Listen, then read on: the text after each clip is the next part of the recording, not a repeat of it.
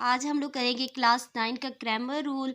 अच्छा, इसमें जो है ना मैं आपको बेसिक कॉन्सेप्ट समझाऊंगी ग्रामर रूल और इन्वर्स रूल का। ठीक है, तो वैसे अगर बुक के हिसाब से देखें तो ये क्वेश्चन नंबर 3 बनता है 1.6 का, क्योंकि ये लॉन्ग क्वेश्चन 9 क्लास के मैथ के लॉन्ग क्वेश्चन बहुत इंपॉर्टेंट है। इसमें से ज़रूर आता है या ग्रामर रूल आ सकता है या फिर आपका इन्वर्स रूल आएगा। ठीक है, बहुत इंपॉर्टेंट क्वेश्चन है।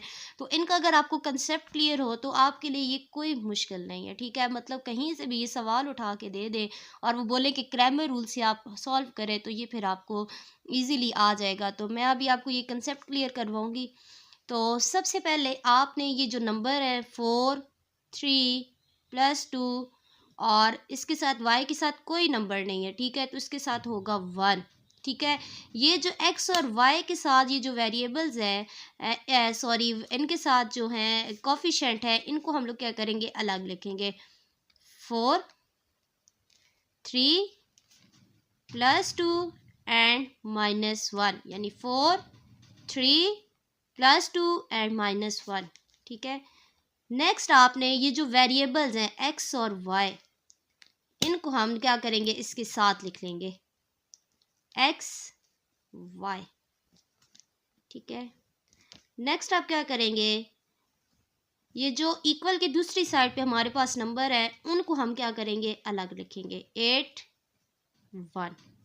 अच्छा, ये चाहे क्रैमर हो इन्वर्स हो, आपने स्टार्ट ऐसे ही लेना है। फिलहाल तो चलिए हम क्रैमर कर रहे हैं तो उसमें आप स्टार्ट देखें, ये है।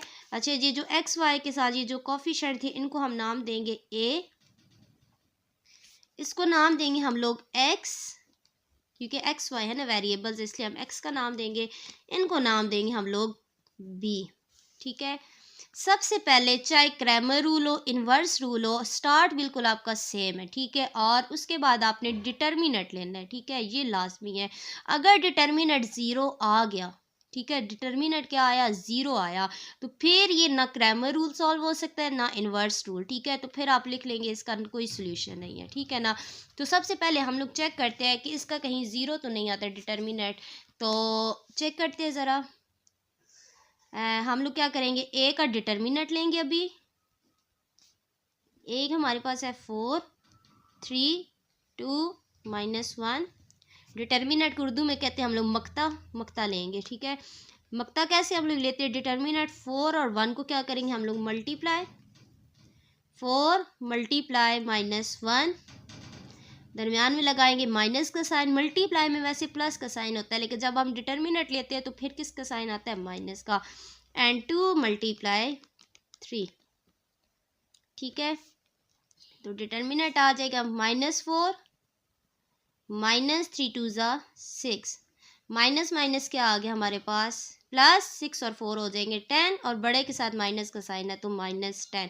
तो ये आपने डिटर्मिनेंट जो है ये हमारे पास आ गया, ये आपने अपने माइंड में रखना है। ठीक है, इसके बाद कैसे हमारे पास जो x है, x की वैल्यू कैसे मालूम होगी, सॉरी, ये जो छोटा x है, इस x की आप स्मॉल x लिखेंगे। ठीक है, इस x की वैल्यू मालूम होगी, यानी ये जो x के साथ जो कोफिशिएंट थे हमारे,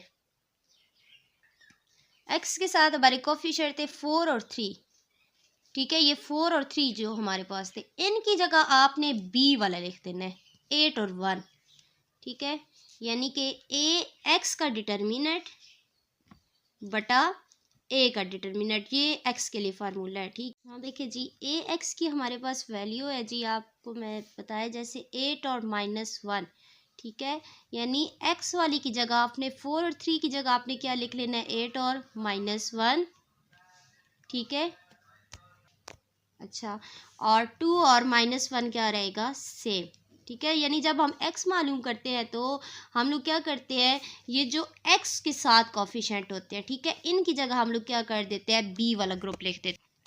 अच्छा, तो बटा -10, यानी कि अब देखिए आप ज़रा, यानी जब हम लोग x मालूम करते हैं तो x के कोफिशिएंट की जगह हम b लिख देते हैं, और जब y मालूम करते हैं तो y के कोफिशिएंट की जगह हम b का लिख देते हैं, और उनका डिटर्मिनेंट लेके a के डिटर्मिनेंट पे क्या करते हैं हम लोग जी, डिवाइड करते हैं।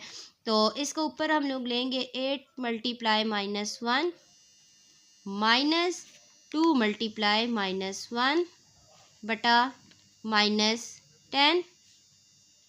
-8 माइनस माइनस प्लस, 2 और 1 क्या हो जाएंगे हमारे पास, 2 1 ज़ा 2, माइनस माइनस प्लस, 2 1 ज़ा 2 बटा -10।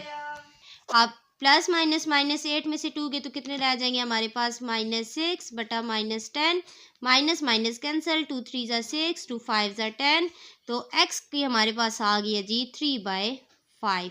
ठीक है, इसी तरीके से अब हम लोग y की वैल्यू मालूम करेंगे। जब हम लोग y की वैल्यू मालूम करेंगे तो हमने y के ये जो कोफिशेंट हैं उसकी जगह हमने क्या लिख देना है, 8 और 1। वही इसका y के लिए फार्मूला अप्लाई करेंगे हम लोग यहाँ पे, a y का डिटर्मिनेंट बटा a का डिटर्मिनेंट। ठीक है, तो a y यानी कि 4 और 3 एज इट इज़ आएगा हमारे पास, 4 3, और 2 और 1 की जगह हम -1 की जगह क्या लिख लेंगे, 8 और -1। ठीक है, 8 -1 बटा -10, ये जो हमारे पास आंसर आया हुआ है। ठीक है, तो क्या करेंगे हम लोग, 4 मल्टीप्लाई -1 माइनस 8 मल्टीप्लाई 3, ठीक है, बटा -10।